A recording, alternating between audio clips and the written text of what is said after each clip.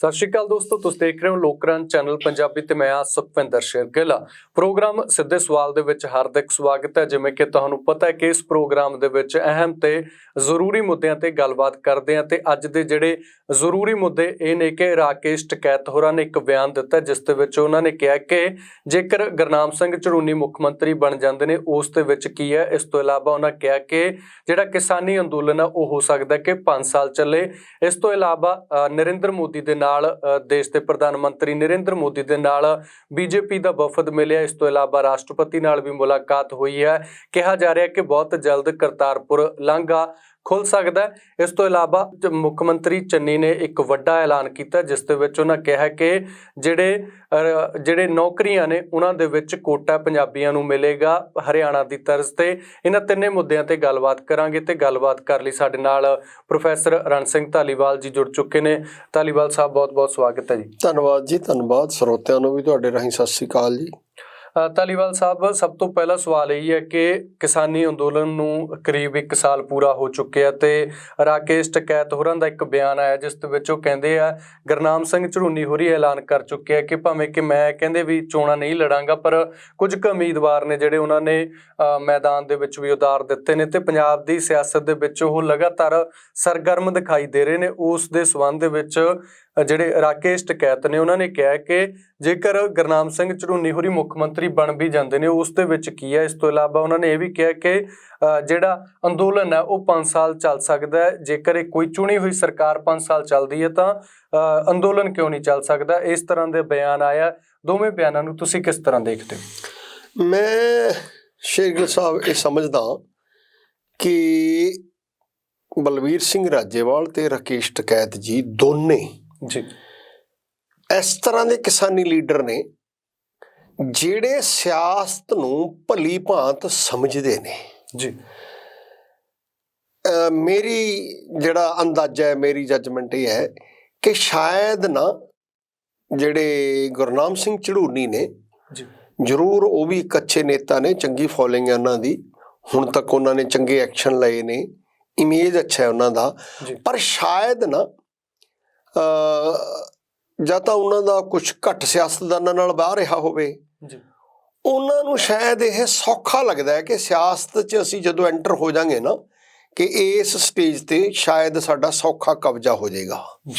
ਜਦੋਂ ਕਿ ਮੈਨੂੰ ਇਹ ਲੱਗ ਰਿਹਾ ਹੈ ਕਿ ਰਾਜੇਵਾਲ ਤੇ ਟਕੈਤ ਸਾਹਿਬ ਇਹ ਦੋ ਐਸੇ ਨੇਤਾ ਨੇ, ਇਹ ਸਿਆਸਤਦਾਨ ਦੀ ਖੇਡ ਨੂੰ ਪੂਰੀ ਤਰ੍ਹਾਂ ਸਮਝਦੇ ਨੇ। ਉਹਨਾਂ ਨੂੰ ਇਹ ਸਮਝ ਹੈ ਕਿ ਜਦੋਂ ਅਸੀਂ ਇਸ ਮੈਦਾਨ 'ਚ ਕੁੱਦਾਂਗੇ ਤਾਂ ਇਹ ਇੰਨਾ ਸੌਖਾ ਨਹੀਂ ਕਿ ਬੜਾ ਆਸਾਨੀ ਨਾਲ ਸਾਡੇ ਲਈ ਸਾਰਾ ਜਿਹੜਾ ਪਲੇਟਫਾਰਮ ਹੈ ਖਾਲੀ ਕਰ ਦੇਣਗੇ ਤੇ ਅਸੀਂ ਇੱਥੇ ਬੈਠ ਜਾਵਾਂਗੇ। ਬਿਲਕੁਲ। ਇਸ ਤੋਂ ਹੋਰ ਵੀ ਜ਼ਿਆਦਾ ਸਿਆਣਪ ਝਲਕਦੀ ਹੈ ਰਾਕੇਸ਼ ਟਕੈਤ ਦੀ ਕਿ ਜਦੋਂ ਉਹ ਕਿਸੇ ਵੱਡੇ ਮੁੱਦੇ ਨੂੰ ਸੁਤੇ ਸਿੱਧ ਔਰ ਬਹੁਤ ਹੀ ਸਧਾਰਨ ਭਾਸ਼ਾ ਤੇ ਸ਼ਬਦਾਂ ਦੇ ਵਿੱਚ ਸਾਈਡ ਲਾਈਨ ਕਰ ਦਿੰਦੇ ਨੇ। ਪੱਤਰਕਾਰਾਂ ਨੇ ਉਹਨਾਂ ਨੂੰ ਸਵਾਲ ਜ਼ਰੂਰ ਪੁੱਛਿਆ ਹੋਏਗਾ ਕਿ ਮੁੱਖ ਮੰਤਰੀ ਬਣ ਰਹੇ ਨੇ ਜਾਂ ਝੜੂੰਨੀ ਸਾਹਿਬ ਸਿਆਸਤ ਵਿੱਚ ਆਉਣਗੇ, ਬਜਾਏ ਇਸ ਦੇ ਕਿ ਉਹ ਇਸ ਗੱਲ ਤੇ ਕੋਈ ਇਹੋ ਜਿਹਾ ਰਿਐਕਸ਼ਨ ਦਿੰਦੇ ਜਿਹਦੇ ਵਿੱਚ ਲੱਗੇ ਕਿ ਕਿਸਾਨੀ ਲੀਡਰਸ਼ਿਪ ਦੇ ਵਿੱਚ ਕੋਈ ਫੁੱਟ ਹੈ। ਮੇਰੇ ਅਨੁਸਾਰ ਕਿ ਉਹਨਾਂ ਨੇ ਬਹੁਤ ਹੀ ਸਿਆਣਪ ਨਾਲ ਉਸ ਗੱਲ ਨੂੰ ਇੰਨੀ ਛੋਟੀ ਕਰਕੇ ਪੇਸ਼ ਕਰਤਾ ਤਾਂ ਕਿ ਲੋਕ ਇਹਦੀ ਪਰਵਾਹ ਹੀ ਨਾ ਕਰਨ। ਇਹ ਕਲੀਅਰ ਹੈ ਕਿ ਨਾ ਹੀ ਇਸ ਤਰ੍ਹਾਂ ਦੀ ਅੱਜ ਕੋਈ ਸਥਿਤੀ ਹੈ ਕਿ ਗੁਰਨਾਮ ਸਿੰਘ ਝੜੂੰਨੀ ਕੋਈ CMਸ਼ਿਪ ਦੇ ਮੁੱਖ ਮੰਤਰੀ ਬਣਨ ਦੇ ਬਹੁਤ ਨੇੜੇ ਪਹੁੰਚ ਚੁੱਕੇ ਹੋਣ, ਨਾ ਹੀ ਕੋਈ ਇਸ ਤਰ੍ਹਾਂ ਦੀ ਸਥਿਤੀ ਹੈ ਕਿ ਉਹਨਾਂ ਦੁਆਰਾ ਕੋਈ ਨਵੀਂ ਪਾਰਟੀ ਲਾਂਚ ਕੀਤੀ ਜਾਵੇ, ਉਹਦੀ ਸਰਕਾਰ ਬਣ ਜਾਵੇ, ਨਾ ਹੀ ਕੋਈ ਉਹ ਓਪਨਲੀ ਏਦਾਂ ਕਹਿ ਰਹੇ ਹੈ ਕਿ ਉਹ ਓਪਨਲੀ ਆਪ ਨਾਲ ਹੋ ਜਾਣ। ਹੋ ਸਕਦਾ ਹੈ ਵੱਖ-ਵੱਖ ਪਾਰਟੀਆਂ 'ਚ ਜਾਂ ਆਪ 'ਚ ਕੁਛ ਚੰਗੇ ਉਮੀਦਵਾਰ ਹੋਣ ਜਿਨ੍ਹਾਂ ਨੂੰ ਝੜੂੰਨੀ ਸਾਹਿਬ ਸਮਰਥਨ ਕਰਦੇ ਹੋਣ। ਇਹਨਾਂ ਬਾਰੇ ਸਪਸ਼ਟੀਕਰਨ ਉਹ ਦੇ ਸਕਦੇ ਨੇ, ਮੈਂ ਤਾਂ ਇਸ ਗੱਲ ਬਾਰੇ ਕੁਝ ਨਹੀਂ ਕਹਿ ਸਕਦਾ। ਪਰੰਤੂ ਇਹ ਜ਼ਰੂਰ ਹੈ ਕਿ ਹਾਲੇ ਤੱਕ ਅੱਜ ਤੱਕ ਕਿਸਾਨ ਅੰਦੋਲਨ ਦੇ ਨੇਤਾਵਾਂ ਨੇ ਇਹ ਬਿਲਕੁਲ ਸਪਸ਼ਟ ਕੀਤਾ ਹੈ ਕਿ ਉਹਨਾਂ ਦਾ ਫਸਟ ਟਾਰਗੇਟ BJP ਨੂੰ ਹਰਾਉਣਾ ਹੈ। ਕਿਉਂਕਿ ਉਹ ਇੱਕ ਹੰਕਾਰੀ ਸਰਕਾਰ ਲੱਗਦੀ ਹੈ ਉਹਨਾਂ ਦੀ ਜੱਜਮੈਂਟ 'ਚ। ਉਹਨਾਂ ਨੇ ਇਸ ਤਰ੍ਹਾਂ ਦੇ ਨਿਯਮ ਲੈ ਕੇ ਆਏ ਨੇ ਉਹ ਜਿਹੜੇ ਕਾਰਪੋਰੇਟ ਵਰਲਡ ਲਈ ਬਹੁਤ ਹੀ ਫਾਇਦੇਮੰਦ ਹੋ ਸਕਦੇ ਨੇ। ਥੋੜੇ ਦਿਨਾਂ ਦੀ ਗੱਲ ਹੈ, ਮੈਂ ਕੱਲ ਪਰਸੋਂ ਹੀ ਪੜ੍ਹ ਰਿਹਾ ਸੀ, ਇੱਕ PhD ਹੋਈ ਹੈ ਕੈਨੇਡਾ ਦੀ ਕਿਸੇ ਯੂਨੀਵਰਸਿਟੀ 'ਚ ਜੀ। ਉਹ ਲੜਕੀ ਹੈ ਕੋਈ, ਉਹਨੇ ਉਹ PhD ਕੀਤੀ ਹੈ, ਮੈਂ ਨਾਂ ਵੀ ਦੱਸ ਸਕਦਾ ਉਹਦਾ, ਕਿ ਉਸ PhD ਦੇ ਵਿੱਚ ਉਹਨੇ ਇੱਕ ਗੱਲ ਹਾਈਲਾਈਟ ਕੀਤੀ ਹੈ ਕਿ ਪਹਿਲਾਂ ਹਿੰਦੁਸਤਾਨੀ ਸਰਕਾਰਾਂ ਦਾ ਕਿਸੇ ਸਮੇਂ ਨਾਅਰਾ ਸੀ ਗਰੀਬੀ ਹਟਾਓ ਜੀ। ਉਹਨੇ ਜਿਹੜਾ ਆਪਣਾ ਵਿਚਾਰ ਦਿੱਤਾ ਕਿ ਗਰੀਬੀ ਹਟਾਉਣ ਦਾ ਮਤਲਬ ਸੀ ਕਿ ਕਿਸੇ ਹੱਦ ਤੱਕ ਸਾਰੇ ਗਰੀਬਾਂ ਦੀ ਗਰੀਬੀ ਦੂਰ ਕੀਤੀ ਜਾ ਸਕਦੀ ਹੈ ਜੇ ਸਰਕਾਰਾਂ ਦੇ ਯਤਨ ਸਿਆਣਪ ਨਾਲ, ਵਿਦਵਤਾ ਨਾਲ ਤੇ ਇਮਾਨਦਾਰੀ ਨਾਲ ਉਹ ਪ੍ਰੋਗਰਾਮ ਲਾਗੂ ਕੀਤੇ ਜਾਣ। ਉਹ ਲੜਕੀ ਵੱਲੋਂ ਇਹ ਹਾਈਲਾਈਟ ਕੀਤਾ ਗਿਆ ਕਿ ਹੁਣ ਅੱਜ ਦੀ ਜਿਹੜੀ ਸਰਕਾਰ ਹੈ ਇਹ ਗਰੀਬੀ ਹਟਾਓ ਦੀ ਬਜਾਏ ਅਮੀਰ ਬਣਾਓ ਜੀ ਇਸ ਤੇ ਫੋਕਸ ਕਰ ਰਹੀ ਹੈ। ਪਰ ਜਿਹੜਾ ਅਮੀਰ ਬਣਾਓ ਦਾ ਨਾਰਾ ਹੈ, ਇਹ ਇਸ ਤਰ੍ਹਾਂ ਦਾ ਨਾਰਾ ਹੈ, ਦੁਨੀਆ ਤੇ ਕਦੀ ਵੀ ਸਾਰੇ ਲੋਕ ਅਮੀਰ ਨਹੀਂ ਹੋ ਸਕਦੇ। ਅਮੀਰ ਬਣਾਉਣ ਵੇਲੇ ਜਦੋਂ ਆਪਾਂ ਚੱਲਾਂਗੇ ਤਾਂ ਕੁਛ ਹੀ ਬੰਦੇ ਅਮੀਰ ਬਣ ਸਕਦੇ ਨੇ, ਬਹੁਤ ਗਿਣਤੀ ਅਮੀਰ ਬਣ ਨਹੀਂ ਸਕਦੀ। ਹਾਂ, ਗਰੀਬੀ ਹਟਾਈ ਜਾ ਸਕਦੀ ਹੈ, ਪਰ ਅਮੀਰੀ ਜਦੋਂ ਉਹ ਸਾਰੇ ਲੋਕ ਨਹੀਂ ਬਣਾਏ ਜਾ ਸਕਦੇ। ਉਹਦਾ ਮੁੱਖ ਭਾਵ ਇਹ ਹੈ ਕਿ ਕੰਸੈਂਟਰੇਸ਼ਨ, ਜਿਹਨੂੰ ਅਸੀਂ ਕਹਿੰਦੇ ਹਾਂ ਨਾ ਕਿ ਦੌਲਤ ਇੱਕ ਥਾਂ ਤੇ ਇਕੱਠੀ ਹੋ ਰਹੀ ਹੈ, ਉਹੀ ਲੋਕ ਅਮੀਰ ਬਣਗੇ, ਉਹ 'ਚ ਕੁਛ ਬੰਦੇ ਹੋ ਸਕਦੇ ਨੇ। ਸੋ ਇਸੇ ਕਰਕੇ ਮੈਨੂੰ ਇਹ ਲੱਗ ਰਿਹਾ ਹੈ ਕਿ ਟਕੈਤ ਸਾਹਿਬ ਬਹੁਤ ਸਿਆਣੇ ਨੇ। ਉਹਨਾਂ ਦਾ ਕਹਿਣ ਤੋਂ ਭਾਵ ਇਹੀ ਹੈ ਕਿ ਮੁੱਖ ਮੰਤਰੀ ਕੋਈ ਵੀ ਬਣ ਜਾਵੇ, ਜਿੰਨਾ ਚਿਰ ਨੀਤੀਆਂ 'ਚ ਪ੍ਰੋਗਰਾਮਾਂ 'ਚ ਤਬਦੀਲੀ ਨਹੀਂ ਆਏਗੀ ਸਰਕਾਰ ਦੀ, ਉਹਦੇ ਨਾਲ ਮੁੱਖ ਮੰਤਰੀ A ਜਾਂ B ਦਾ ਕੋਈ ਬੜਾ ਫਰਕ ਨਹੀਂ ਹੈਗਾ। ਇੱਕ ਦੂਜਾ ਜਿਹੜਾ ਉਹਨਾਂ ਨੇ ਇਹ ਕਮੈਂਟ ਕੀਤਾ ਹੈ ਕਿ ਅੰਦੋਲਨ 20-5 ਸਾਲ ਚੱਲ ਸਕਦਾ ਹੈ ਜੀ। ਇਹਦਾ ਮਤਲਬ ਮੈਂ ਇਹ ਸਮਝਦਾ ਕਿ ਗ੍ਰਾਸ ਰੂਟ ਤੇ ਉਹਨਾਂ ਨੇ ਤਿਆਰੀ ਕੀਤੀ ਹੋਈ ਹੈ ਅਤੇ ਜਿਸ ਕਿਸਮ ਨਾਲ ਅੰਦੋਲਨਕਾਰੀਆਂ ਦੀ ਪਾਰਟੀਸਪੇਸ਼ਨ ਹੈ ਇਹਦੇ ਵਿੱਚ, ਉਹ ਹਿੱਸਾ ਲੈ ਰਹੇ ਨੇ, ਉਸ ਤੋਂ ਅੰਦਾਜ਼ਾ ਲੱਗ ਸਕਦਾ ਹੈ ਕਿ ਅੰਦੋਲਨ ਕਿੰਨਾ ਵੀ ਸਮਾਂ ਲੱਗ ਸਕਦਾ ਹੈ, ਲੰਬਾ ਸਮਾਂ ਲੱਗ ਸਕਦਾ ਹੈ।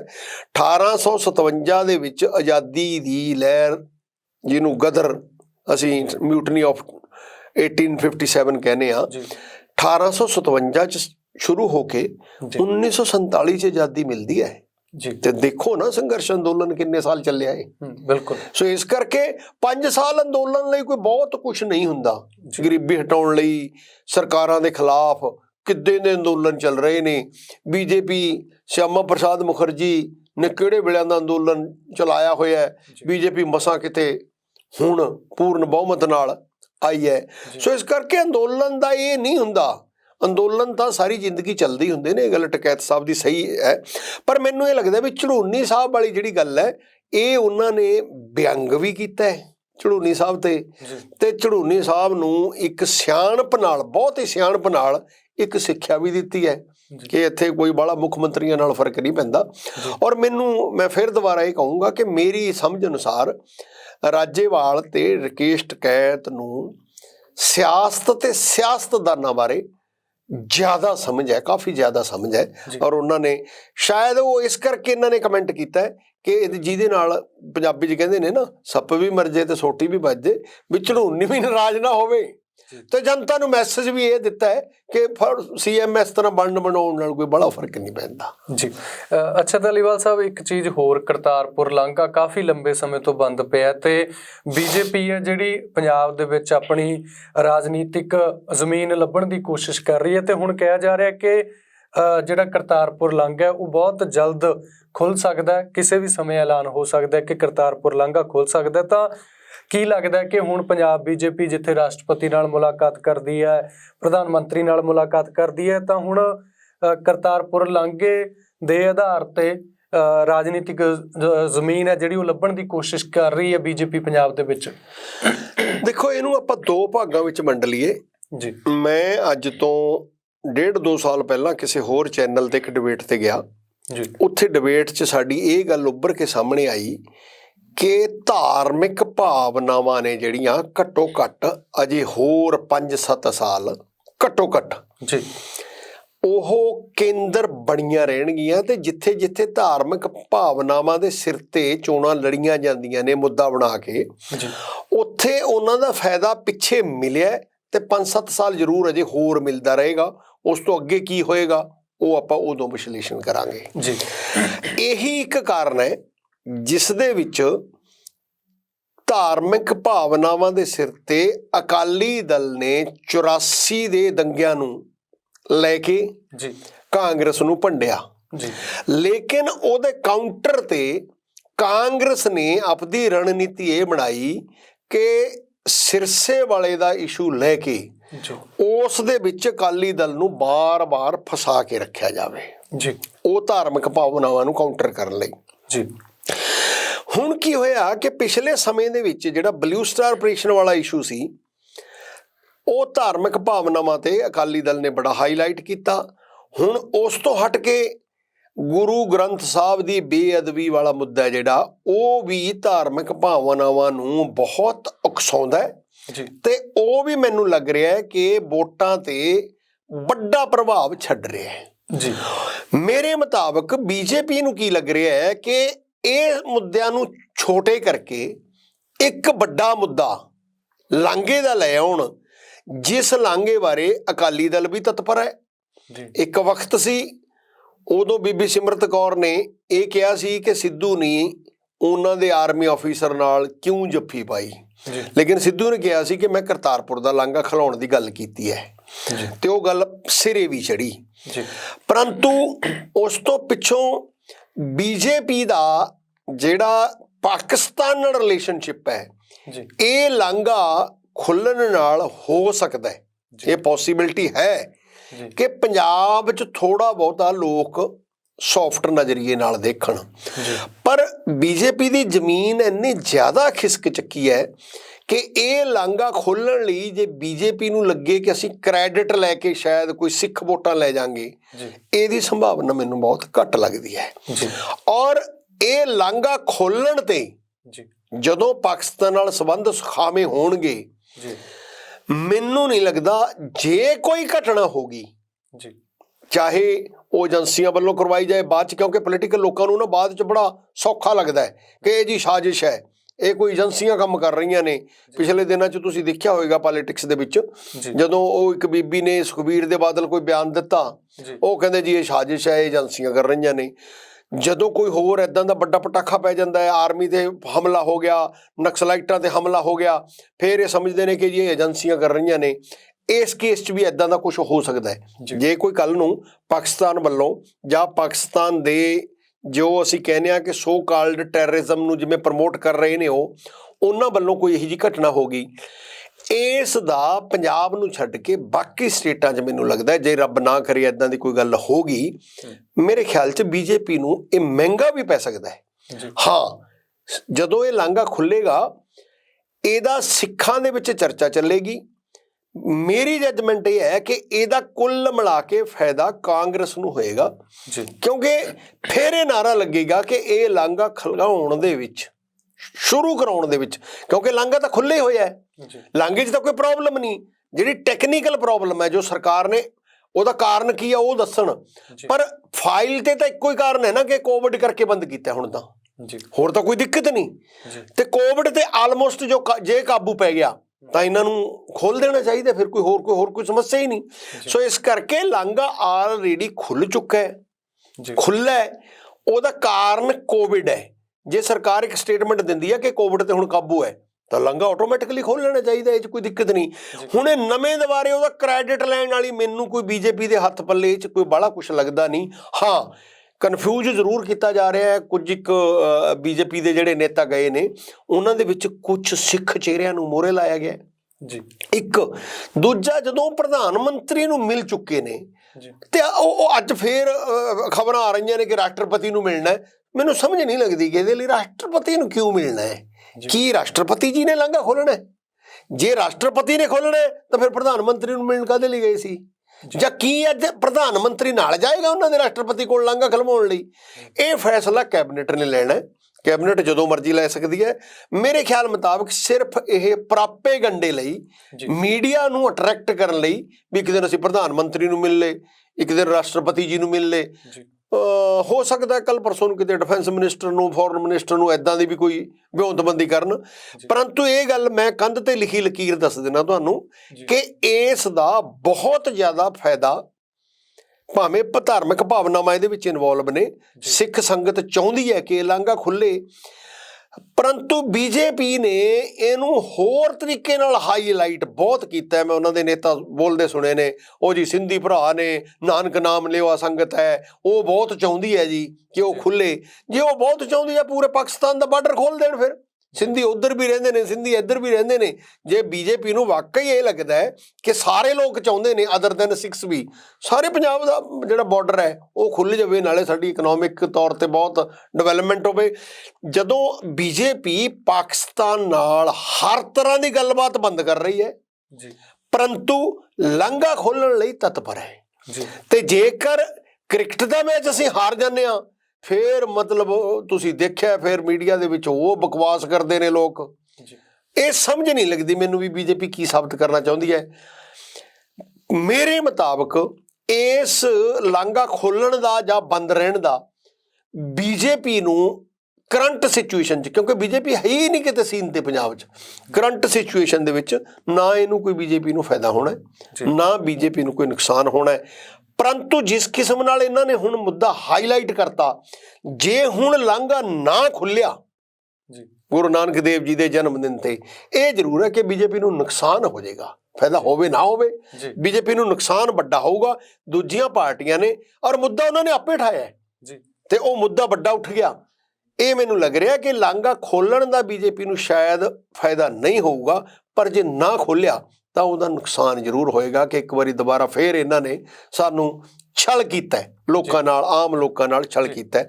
ਇਸ ਵਿੱਚ ਮੈਨੂੰ ਇਸ ਤਰ੍ਹਾਂ ਲੱਗ ਰਿਹਾ। ਹਾਂ, ਇਹ ਮੈਂ ਕਹਿਣਾ ਕਿ ਇਹ ਜ਼ਰੂਰੀ ਨਹੀਂ ਕਿ ਬੀਜੇਪੀ ਦੇ ਹੱਕ 'ਚ ਇਹ ਜਿਹੜੀਆਂ ਧਾਰਮਿਕ ਭਾਵਨਾਵਾਂ ਨੇ ਇਸ ਦਾ ਵੋਟਾਂ ਨਾਲ ਸੰਬੰਧ ਸਿੱਧਾ ਹੈ, ਸਿਆਸਤ ਤੇ ਇਸ ਦਾ ਪ੍ਰਭਾਵ ਜ਼ਰੂਰ ਦਿਖਾਈ ਦੇਵੇਗਾ। ਜੀ, ਧਾਲੀਵਾਲ ਸਾਹਿਬ, ਮੁੱਖ ਮੰਤਰੀ ਚੰਨੀ ਹੋਰਾਂ ਨੇ ਜਿਸ ਤਰ੍ਹਾਂ ਲਗਾਤਾਰ ਵਿਰੋਧੀ ਪਾਰਟੀਆਂ ਮੰਗ ਕਰ ਰਹੀਆਂ, ਸਾਨੂੰ ਅਕਾਲੀ ਦਲ ਹੋਵੇ ਭਾਵੇਂ ਆਮ ਆਦਮੀ ਪਾਰਟੀ ਹੋਵੇ, ਤੇ ਪੰਜਾਬ ਦੇ ਲੋਕ ਵੀ ਇਹ ਮੰਗ ਉਠਾ ਰਹੇ ਸੀ ਕਿ ਜਿਹੜੀਆਂ ਨੌਕਰੀਆਂ ਨੇ ਉਹ ਪੰਜਾਬੀਆਂ ਦੇ ਲਈ ਰਾਖਵੀਆਂ ਹੋਣੀਆਂ ਚਾਹੀਦੀਆਂ ਨੇ, ਉਸ ਦੇ ਵਿੱਚ ਕੋਟਾ ਹੋਣਾ ਚਾਹੀਦਾ। ਤੇ ਉਸ ਉੱਤੇ ਹੁਣ ਚੰਨੀ ਸਾਹਿਬ ਨੇ ਐਲਾਨ ਕੀਤਾ ਕਿ ਹਰਿਆਣਾ ਦੀ ਤਰਜ਼ ਉੱਤੇ ਨਿੱਜੀ ਨੌਕਰੀਆਂ ਤੇ ਸਰਕਾਰੀ ਨੌਕਰੀਆਂ ਦੇ ਵਿੱਚ ਜਿਹੜਾ ਕੋਟਾ ਉਸੇ ਤਰ੍ਹਾਂ ਹੋਵੇਗਾ ਜਿਸ ਤਰ੍ਹਾਂ ਹਰਿਆਣਾ ਦੇ ਵਿੱਚ ਹੁੰਦਾ ਹੈ। ਇਸ ਐਲਾਨ ਨੂੰ ਤੁਸੀਂ ਕਿਸ ਤਰ੍ਹਾਂ ਦੇਖਦੇ ਹੋ? ਸ਼ੇਰਗਿੱਲ ਸਾਹਿਬ, ਇਹਨੂੰ ਮੈਂ ਨਾ ਫਿਰ ਐਨਾਲਿਸਿਸ ਦਾ ਵਿਸ਼ਲੇਸ਼ਣ ਕਰਨ ਵੇਲੇ ਚੰਗਾ ਇਹਨੂੰ ਦੋ ਭਾਗਾਂ 'ਚ ਵੰਡੀਏ ਜੀ। ਇੱਕ ਹੈਗਾ ਹੈ ਕਿ ਇਹ ਮੁੱਦੇ ਨੇ ਜਿਹੜੇ ਇਹਨਾਂ ਨੂੰ ਕਾਂਗਰਸ ਵਰਸਸ ਬੀਜੇਪੀ ਕਰੀਏ ਜੀ, ਇੱਕ ਇਹੀ ਮੁੱਦੇ ਕਾਂਗਰਸ ਵਰਸਸ ਅਕਾਲੀ ਦਲ ਕਰੀਏ। ਕਿਸੇ ਜ਼ਮਾਨੇ 'ਚ ਜਦੋਂ ਅਕਾਲੀ ਦਲ ਤੇ ਬੀਜੇਪੀ ਇਕੱਠੇ ਹੁੰਦੇ ਸੀ ਉਦੋਂ ਇਹ ਮੁੱਦੇ ਵਿਸ਼ਲੇਸ਼ਣ ਦੇ ਤੌਰ ਤੇ ਠੀਕ ਸਮਝ ਆ ਜਾਂਦੇ ਸੀ। ਪਰੰਤੂ ਹੁਣ ਕੀ ਹੈ ਕਿ ਬੀਜੇਪੀ ਕਿਸਾਨ ਅੰਦੋਲਨ ਕਰਕੇ ਜੀ ਇੱਕ ਇਸ ਤਰ੍ਹਾਂ ਦੀ ਪੋਜੀਸ਼ਨ 'ਚ ਫਸੀ ਹੈ ਕਿ ਸਾਨੂੰ ਬਾਰ-ਬਾਰ ਨਾ ਇੱਕ ਮੁਕਾਬਲਾ ਹੋਇਆ ਪਿਆ ਕਿ ਹਰਿਆਣੇ 'ਚ ਬੀਜੇਪੀ ਜ਼ਿਆਦਾ ਅੱਛਾ ਕੰਮ ਕਰ ਰਹੀ ਹੈ, ਪੰਜਾਬ 'ਚ ਉਹਦੇ ਮੁਕਾਬਲੇ ਕਾਂਗਰਸ ਅੱਛਾ ਕੰਮ ਕਰ ਰਹੀ ਹੈ ਕਿ ਨਹੀਂ। ਬੀਜੇਪੀ ਇੱਦਾਂ ਦੇ ਕੁਛ ਨੈਰੇਟਿਵ, ਇੱਦਾਂ ਦੇ ਨਾਅਰੇ ਬਣਾ ਰਹੀ ਹੈ ਜਿਹਦੇ ਵਿੱਚ ਉਹਨੂੰ ਲੱਗਦਾ ਹੈ ਕਿ ਅਸੀਂ ਲੋਕਾਂ 'ਚ ਇਹ ਸਾਬਤ ਕਰੀਏ ਕਿ ਅਸੀਂ ਅੱਛਾ ਕੰਮ ਕਰ ਰਹੇ ਹਾਂ। ਜਿਵੇਂ ਪਹਿਲਾਂ ਇੱਕ ਇਹਨਾਂ ਨੇ ਖੱਟੜ ਸਾਹਿਬ ਨੇ ਇੱਕ ਇਹ ਕਿਹਾ ਕਿ ਜੀ ਅਸੀਂ MSP ਇੰਨੀ ਕਰਾਂਗੇ ਤੇ ਅਸੀਂ ਮੰਡੀਆਂ ਇਸ ਤਰੀਕ ਤੋਂ ਸਟਾਰਟ ਕਰ ਰਹੇ ਹਾਂ ਜੀ, ਪੰਜਾਬ ਤੋਂ 1 ਦਿਨ 2 ਦਿਨ ਪਹਿਲਾਂ। ਬਾਅਦ 'ਚ ਕੀ ਬਣਿਆ, ਰੌਲਾ ਪੈ ਗਿਆ, ਚਲੋ ਉਹ ਇੱਕ ਹੋਰ ਗੱਲ ਹੈ। ਫਿਰ ਉਹਨਾਂ ਨੇ ਕਿਹਾ ਕਿ ਜੀ ਦੇਖੋ ਅਸੀਂ ਬਿਜਲੀ ਸਸਤੀ ਕਰਤੀ ਜੀ।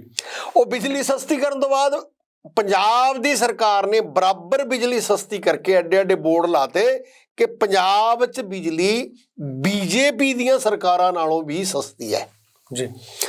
ਇਹਦਾ ਮਤਲਬ ਮੈਂ ਸਮਝਦਾ ਕਿ ਦੋਨਾਂ 'ਚ ਕੁਛ ਨੈਰੇਟਿਵ ਸੈੱਟ ਕਰਨ 'ਚ, ਪਬਲਿਕ ਨੂੰ ਆਪਦੇ ਵੱਲ ਅਟਰੈਕਟ ਕਰਨ 'ਚ ਕੁਛ ਮੁਕਾਬਲਾ ਚੱਲ ਰਿਹਾ ਹੈ। ਫਿਰ ਹਰਿਆਣੇ ਨੇ ਕਿਹਾ ਕਿ ਅਸੀਂ ਨੌਕਰੀਆਂ ਰਾਖਵੀਆਂ ਕਰਤੀਆਂ ਪ੍ਰਾਈਵੇਟ ਅਦਾਰਿਆਂ 'ਚ ਵੀ, ਸਰਕਾਰੀ ਅਦਾਰਿਆਂ 'ਚ ਪਹਿਲਾਂ ਹੀ ਸੀ, ਪ੍ਰਾਈਵੇਟ ਅਦਾਰਿਆਂ ਵਿੱਚ ਵੀ ਅਸੀਂ ਨੌਕਰੀਆਂ ਰਾਖਵੀਆਂ ਕਰ ਦਿੱਤੀਆਂ ਹਨ ਜੀ। ਤੇ ਹੁਣ ਇਹ ਪਾਪੂਲਰ ਨਾਅਰੇ ਚੋਣਾਂ ਦੇ ਸਮੇਂ ਸਾਰੀਆਂ ਸਰਕਾਰਾਂ ਲਾਉਂਦੀਆਂ ਨੇ, ਜਦੋਂ ਕਿ ਹਰਿਆਣੇ 'ਚ ਚੋਣਾਂ ਹਜੇ ਲੇਟ ਨੇ।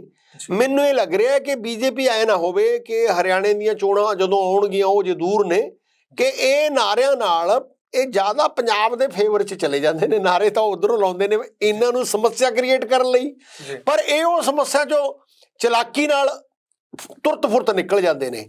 ਔਰ ਇਸ 'ਚ ਜਿਹੜੇ ਇਹ ਨਵੇਂ ਮੁੱਖ ਮੰਤਰੀ ਨੇ ਆਪਣੇ, ਇਹਨਾਂ ਦੀ ਜਿਹੜੀ ਕਾਰਗੁਜ਼ਾਰੀ ਹੈ ਮੇਰੇ ਮੁਤਾਬਕ ਉਹ ਜ਼ਿਆਦਾ ਅਸਰਦਾਰ ਹੈ। ਇਹ ਦੂਜੇ ਦਿਨ ਰਿਸਪੌਂਡ ਕਰਦੇ ਨੇ, ਇਹਨਾਂ ਦੇ ਨਾਲ ਦੀ ਨਾਲ ਇਹਨਾਂ ਨੇ ਕਿ ਬਿਆਨ ਦੇਤਾ ਕਿ ਪੰਜਾਬ ਵਿੱਚ ਵੀ ਅਸੀਂ ਇਹੀ ਪਾਲਿਸੀ ਲਾਗੂ ਕਰਾਂਗੇ। ਇਹ ਪਾਲਿਸੀ ਦਾ ਅਸਰ ਕੀ ਹੋਏਗਾ ਇਹ ਬਾਅਦ 'ਚ ਦਿਖਾਈ ਦੇਗਾ, ਪਰ ਪਰਸੈਪਸ਼ਨ ਇੱਕ ਵਿਚਾਰ ਪੈਦਾ ਕਰਨ 'ਚ ਇਹ ਬਿਜਲੀ ਦੀ ਤਾਰ ਵਾਂਗੂ ਫਟਾਫਟ ਹੋਊਗਾ ਕਿ ਚੰਨੀ ਸਾਹਿਬ ਨੇ ਬਹੁਤ ਵਧੀਆ ਕੰਮ ਕੀਤਾ। ਇਹ ਜਿਹੜੀਆਂ ਨੌਕਰੀਆਂ ਰਿਜ਼ਰਵ ਕੀਤੀਆਂ, ਇਹ ਕੋਈ ਨਹੀਂ ਦੱਸਦਾ ਵੀ ਇਹ ਨੌਕਰੀਆਂ ਹੈਣ ਕਿੰਨੀਆਂ ਕੁ ਹੋਣਗੀਆਂ, ਇਹਨਾਂ ਨਾਲ ਕੋਈ ਆਰਥਿਕਤਾ ਤੇ ਕੋਈ ਫਰਕ ਪਏਗਾ, ਲੋਕਾਂ ਦੀ ਬੇਰੁਜ਼ਗਾਰੀ ਤੇ ਫਰਕ ਪਏਗਾ ਕਿ ਨਹੀਂ ਪਏਗਾ। ਫਿਰ ਵੀ ਮੈਂ ਇੱਥੇ ਇੱਕ ਸਲਾਹ ਦੇਵਾਂਗਾ ਚੰਨੀ ਸਾਹਿਬ ਨੂੰ, ਜੇ ਉਹ ਇਮਾਨਦਾਰ ਨੇ ਇਸ ਗੱਲ ਤੇ, ਮੇਰਾ ਖਿਆਲ ਹੈ ਕਿ ਪੰਜਾਬ ਦੇ ਵਿੱਚ ਪਹਿਲਾਂ ਹੀ ਇੱਕ ਕਾਨੂੰਨ ਹੈਗਾ ਕਿ ਪੰਜਾਬ ਦੇ ਵਿੱਚ ਨੌਕਰੀਆਂ ਦੇਣ ਵੇਲੇ ਇਹ ਗੱਲ ਧਿਆਨ 'ਚ ਰੱਖੀ ਜਾਂਦੀ ਹੈ ਕਿ ਬੰਦੇ ਨੇ 10ਵੀਂ ਵਿੱਚ ਪੰਜਾਬੀ ਪਾਸ ਕੀਤੀ ਹੈ ਕਿ ਨਹੀਂ। ਜੀ ਮੇਰਾ ਖਿਆਲ ਹੈ ਜੇ ਇਹਨੂੰ ਯੋਗਤਾ ਦੇ ਵਿੱਚ ਜ਼ੋਰ ਦੇਣ ਕਿ ਸਿਰਫ ਉਸੇ ਬੰਦੇ ਦੀ ਸਿਲੈਕਸ਼ਨ ਹੋਏਗੀ, ਪਹਿਲਾਂ ਇਹਦੇ ਵਿੱਚ ਛੋਟ ਦਿੱਤੀ ਹੋਈ ਹੈ ਕਿ ਬੰਦਾ ਨੌਕਰੀ ਤੇ ਲੱਗ ਜੇ, ਫਿਰ 2 ਸਾਲ ਦੇ ਵਿੱਚ ਪੰਜਾਬੀ ਪਾਸ ਕਰ ਲੇ, ਉਹ ਈਜ਼ੀ ਕੰਮ ਹੈ, ਉਹ ਸਾਰੇ ਹੀ ਕਰ ਲੈਂਦੇ ਨੇ। ਪਰ ਮੈਨੂੰ ਇਹ ਲੱਗਦਾ ਵੀ ਵਧੀਆ ਗੱਲ ਇਹਦੇ ਵਿੱਚ ਇਹ ਹੋਏਗੀ, ਨਾਲੇ ਤੇ ਪੰਜਾਬੀ ਦੀ ਸੇਵਾ ਹੋਏਗੀ, ਨਾਲੇ ਪੰਜਾਬ ਦੀ ਸੇਵਾ ਹੋਏਗੀ, ਤੇ ਨਾਲੇ ਨੌਕਰੀਆਂ ਰਾਖਵਾਂ ਕਰਨ ਤੋਂ ਜੇ ਇਹਨਾਂ ਨੇ ਬਚਣਾ ਹੈ, ਕੋਈ ਇੱਦਾਂ ਦੀਆਂ ਪਾਬੰਦੀਆਂ ਨੇ ਉਹ ਤੋਂ ਵੀ ਬਚ ਸਕਦੇ ਨੇ ਕਿ ਸਾਡਾ ਇਹ ਨਿਯਮ ਪਹਿਲਾਂ ਹੀ ਹੈ। ਹੁਣ ਜਿਹੜੀ ਪੰਜਾਬੀ 'ਚ 10ਵੀਂ ਪਾਸ ਦੀ ਜਿਹੜੀ ਯੋਗਤਾ ਹੈ ਇਹ ਨੌਕਰੀ ਦੇਣ ਤੋਂ ਪਹਿਲਾਂ ਲਾਜ਼ਮੀ ਹੋਏਗੀ। ਜਿਸ ਦਿਨ ਬੰਦੇ ਨੇ ਅਪਲਾਈ ਕੀਤਾ ਉਸ ਦਿਨ ਉਹ ਪੰਜਾਬੀ ਵਿੱਚ 10ਵੀਂ ਪਾਸ ਹੋਵੇ।